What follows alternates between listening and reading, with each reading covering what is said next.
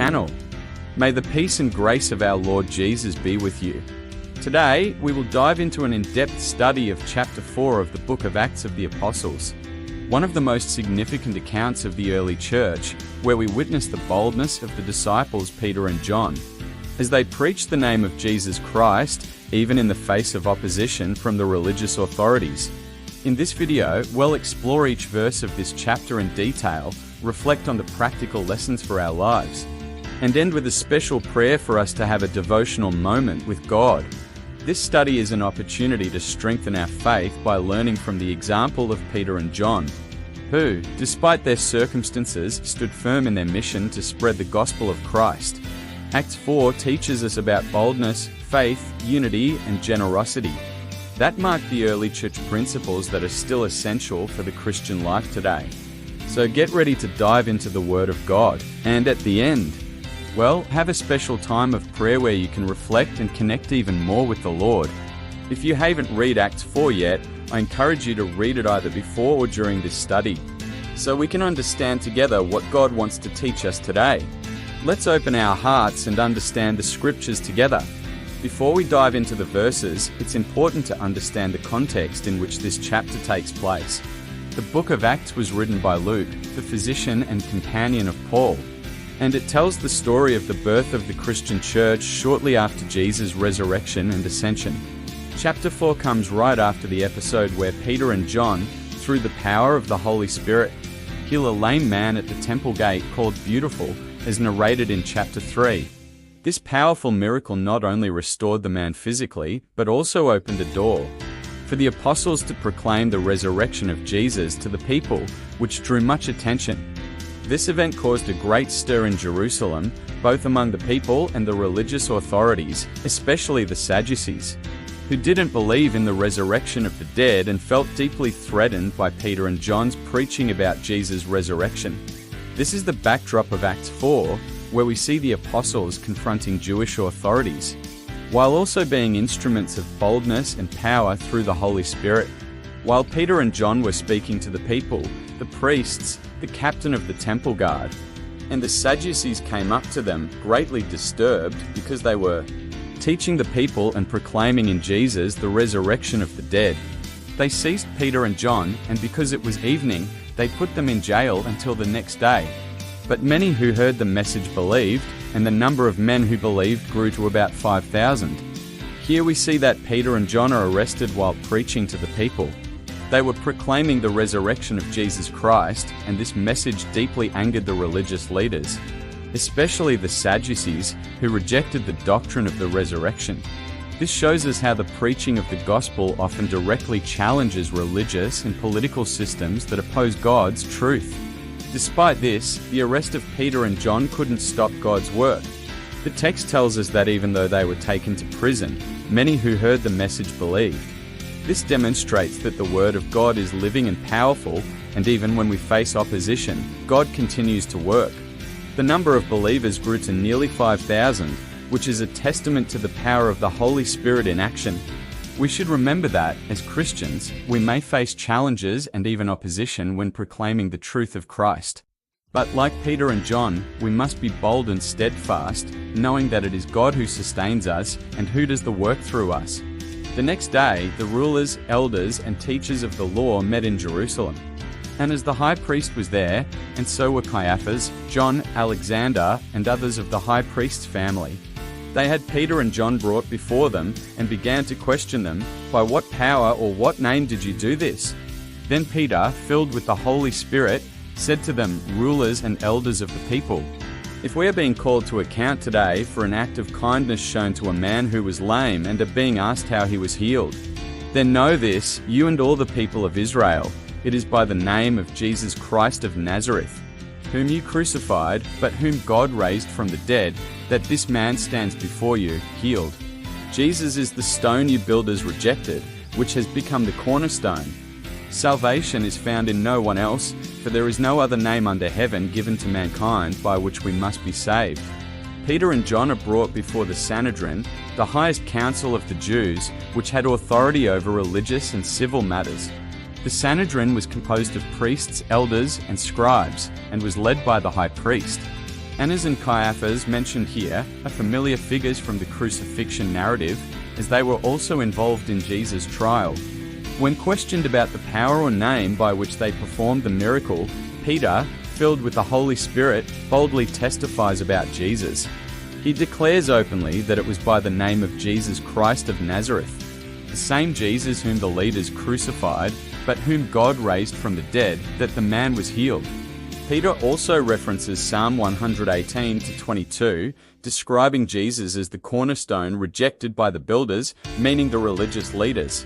This metaphor indicates that Jesus, though rejected by men, is the foundation of God's redemptive plan. Peter's boldness here is remarkable.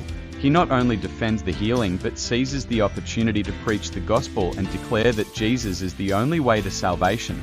This teaches us that when we are confronted for our faith, we must boldly proclaim the truth, trusting in the power of the Holy Spirit who dwells in us. When they saw the courage of Peter and John and realized that they were unschooled, ordinary men, they were astonished and took note that these men had been with Jesus. But since they could see the man who had been healed standing there with them, there was nothing they could say. So they ordered them to withdraw from the Sanhedrin and then conferred together. "What are we going to do with these men?" they asked. "Everyone living in Jerusalem knows they have performed a notable sign, and we cannot deny it. But to stop this thing from spreading any further among the people, we must warn them to speak no longer to anyone in this name." Then they called them in again and commanded them not to speak or teach at all in the name of Jesus. But Peter and John replied, "Which is right in God's eyes, to listen to you or to him, you be the judges. As for us, we cannot help speaking about what we have seen and heard." After further threats they let them go. They could not decide how to punish them, because all the people were praising God for what had happened. For the man who was miraculously healed was over 40 years old. Here we see the reaction of the authorities. They are amazed at the courage and boldness of Peter and John, especially because they knew these men were simple, uneducated people. What impressed the authorities was that Peter and John had been with Jesus, and this was evident in the way they spoke and acted.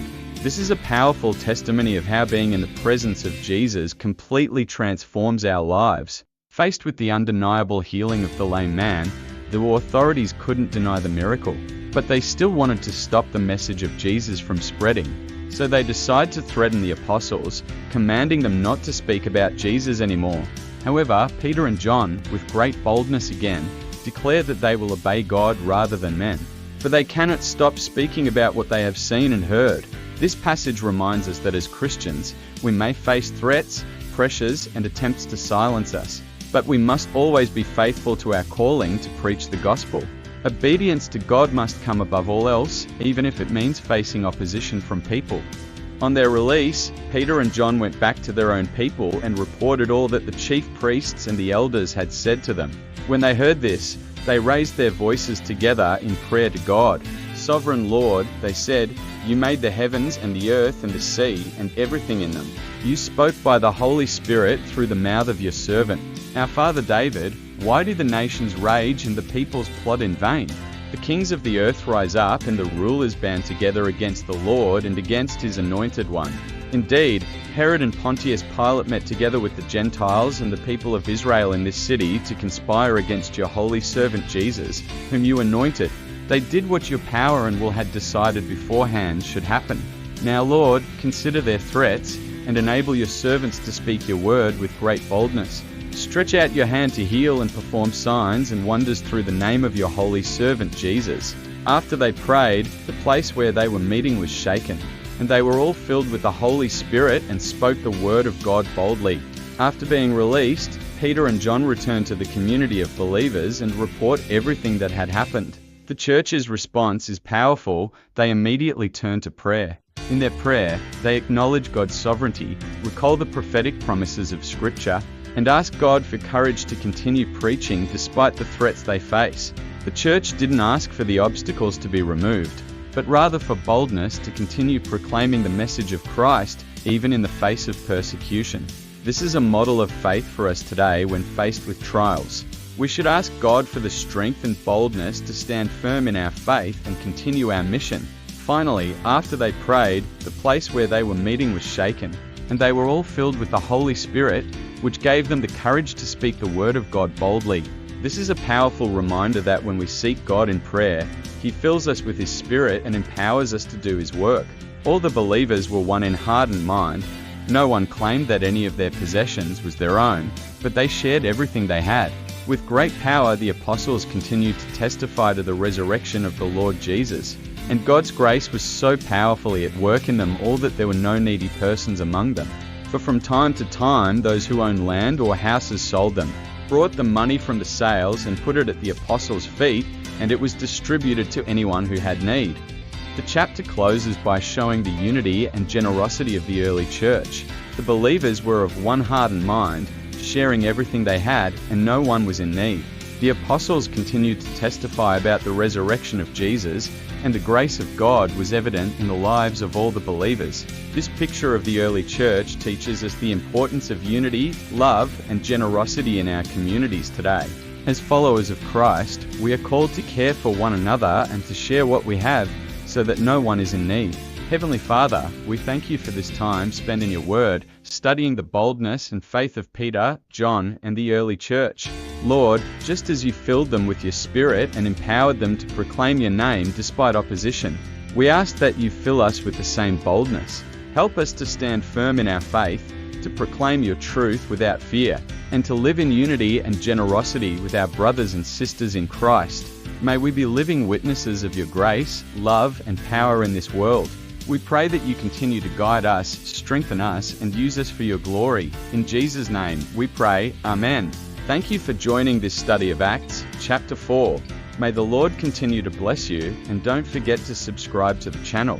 Leave your comments and share this video with others who need to hear this message. Stay tuned for more in-depth studies of the Bible, and may your faith continue to grow. God bless you, and see you next time.